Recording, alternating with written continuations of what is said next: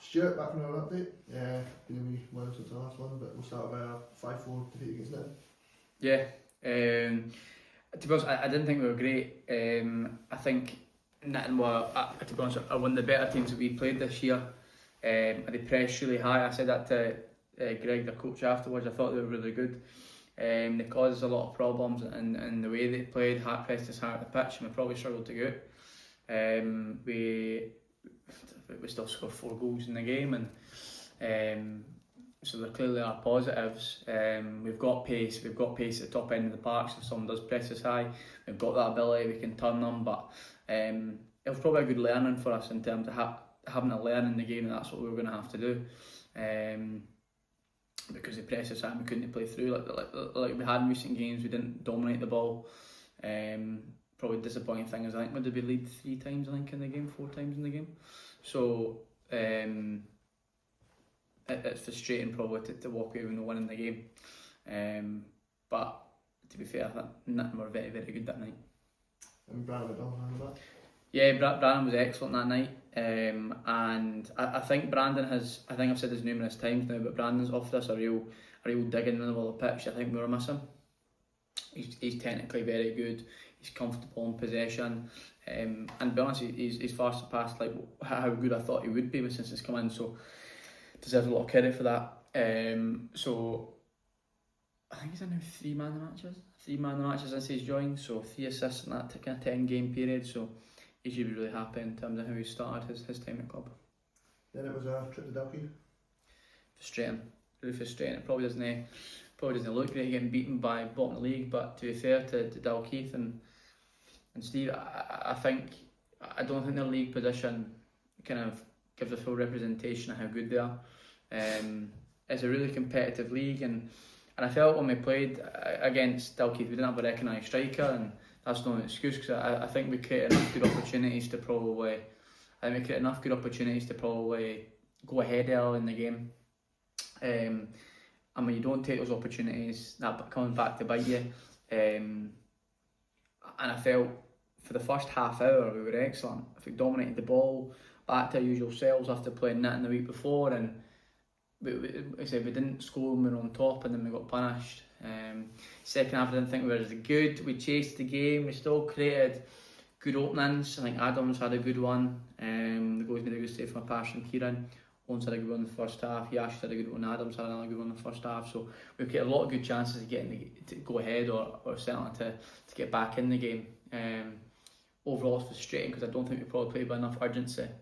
It almost felt like the team felt like we didn't have anything to play for anymore, and going through the motions, almost like a pre-season game from our perspective at points. Good possession, looked comfortable, but it's that urgency, it's that desire to win games of football that players need to have, which I didn't think we had.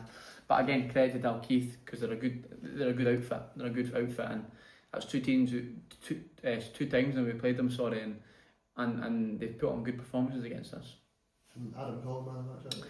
Adam was good. Adam was back in midfield that night, and he was part of a lot of what was good going forward. I thought he offered good forward runs. He was dynamic.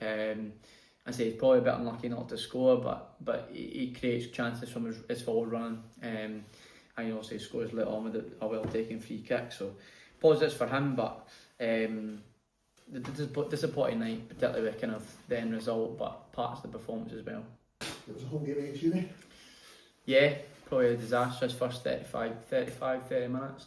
3-0 down, and I don't know. I feel we've been through a period of playing really, really well, and probably the last 3 there's been spells of being good. We've probably just been a wee bit inconsistent recently, struggling to get a wee bit of a flow. Against Uni, after we went 3-0 down, Ben scored his first competitive goal for us with a fantastic strike, and that kind of kick-started us again. We chased the game, and Jay, who made his competitive debut, scored his first competitive start, scored his first competitive goal. A really well taken goal that got us back to 3-2 at half time, and then later on with 10 minutes to play, Jason scores to equalise. So the Uni were good, and Uni have been good twice we've played them, but I'm pleased in another team that haven't managed to do a double over us, which is a positive. I feel the first 30 minutes is probably a summary of parts of our learning this year. We can't concede goals quick fire as it loses you games. Lucky enough we'll maybe manage to drag back a 3-0 deficit, but can't do that every week. But with that being said, the boys deserve all the credit in the world because they worked their socks off and they deserve to get a point for that alone. Chances created, Jake's had a brilliant game, and Uni will be kicking themselves the fact that they didn't win the game because they had a considerable more chances. But similar to us against Dalkeith, you don't take them, you leave the back door open for the opposition team. You just mentioned there about Jake Henderson, man of the match. Yeah, second of the season. He proved again that night that we needed him. We needed him, and he made a lot of brilliant saves. Jake is a brilliant goalkeeper. He's a fantastic shot stopper, and he deserved that against Uni because he had a really good game. And as a goalie myself, I can understand that you probably don't get recognised as a goalkeeper. So the 3 or 4 really big saves that he made in the game were vital, really, really important. And again, it confirms the fact how valuable a member of the squad is. And then it was a week off with the free team. Yeah, I think it was a really valuable week as well, to be honest. We've had a lot of injuries and we still trained last week. We got good distance into them. A lot of games, not in terms of just fun games, but just games of training, condition games where, again, just lots of touch to the ball, lots of running, skies running. Just really to keep us ticking over, to be honest. We didn't do anything on the Friday. Gave them the Friday off just to kind of enjoy their weekend and have a wee bit of time off, but they trained well last week and ready for this week. And then looking forward, we've got Arnie on Friday. Yeah, really looking forward to it. I've had 2 really good sessions this week actually, 2 really good sessions. We trained well on Monday and got some really good efforts and distances in them on Monday and some good quality, and tonight we were lucky enough to train in the park as well. Grateful to Bobby for letting us do that tonight. So I felt it was really valuable to get a touch of the ball on the grass tonight, and there's some really good quality, really good quality. Really enjoyable, something different, good buzz about them, and really looking forward to it. On Friday we've got looks like at the moment the 2017s going to be mascots on Friday from the Colts. The under 14s from the Colts are going to parade the trophy at half time that they won on Sunday, and hopefully get a good crowd through the gate. So it's our first time in NCP this season, understandably, because it's just fixtures hadn't really aligned, etc. And we've had quite a poor weather this year, so we're looking forward to it. I'm sure you spread us a wee injury update on the squad. Yeah, I'll try and remember everyone, but we've got a lot of boys back, which is good. Last week was really valuable and probably not having a game. Jamie's trained fully this week. Well, I'll say fully. He was back on Monday, did some non-contact running, or well, not some running, and then some non-contact ball work. He then did a wee bit of work at the end of the games as a floater, got through it, trained fully the night on the park, and got through it, which was great. Noah seems a bit more pain-free, still struggling a wee bit, but he'll be involved. Yashu should be back going into the night, but should be back. He's available again. Finn will be back. Kim Patterson's available again, which is good. Max is back for his dead leg that he missed the last time. Reece Rudy, probably too soon for him. I think that's it. So we've probably got 5 or 6 back, which is great, which is really good. A lot of attacking options back for us, which is really positive, and I'm really looking forward to it. Really looking forward to it. The boys trained really well this week. I know I've already said it, but there's a lot of enthusiasm from the squad this week, so really good. Looking forward to it. And just looking at the weekend just passed, there was 3 cup finals. Brilliant, really good. Starting Saturday, and delighted for the under 17s. I think the photos are amazing. The people I'm delighted for most are Stevie, Chris, and Michael, who have had that team for such a long time. They probably don't show it, but you can see what it means to them as well. The hard work that they've put in with those boys at such a young age, particularly Stevie, who's been there probably since day one.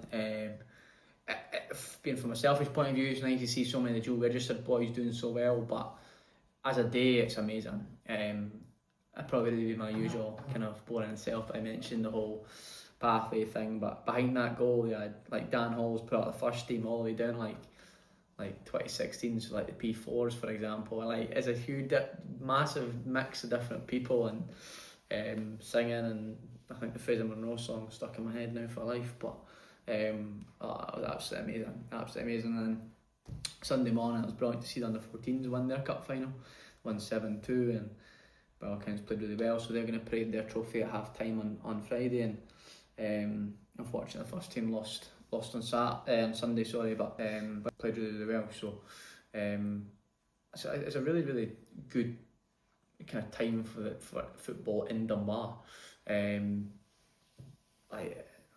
was the last time so many Dunbar teams got to cup finals? The first team have got to 2 in the last 2 seasons, have won the league recently, and then youth teams at the Colts. I think the Colts are in something like 5 or 6 cup finals this year. So brilliant time for football in Dunbar. And if it's not an advert for kind of from a young age bringing your child here or sticking it to Dunbar, I don't know what is. And just finally, Stuart, what are your targets for the rest of the season? We talked about it tonight, and the target that we set at the start of the season is still possible now, which is really good. We want to try and catch those above us. Realistically, we can't catch Musselburgh, who won the league. Congratulations to them. I think they've been so consistent over the season. We can't catch Pennycook again. They're flying. Good team, really good team, good players. I think is it 10 ahead, I think they are now or something. So we can't catch them. They're in second, but we still catch the 2 teams above us potentially. We need both them to drop points, and clearly the other team to do us a favour, but we'd like to finish third. We'd like to finish third and finish as highly as we can. And again, for a team that, and I understand that probably throughout the season when you know that you probably are up against it to go and challenge as high as what we did last year, it is maybe hard to motivate yourself every week, or as much as you did last year. But I keep going on about it, but it's a good buzz about them at the moment, and we should be really looking forward to Friday and hopefully get a good crowd behind them. Stuart, thanks for the update and good luck. Thank you.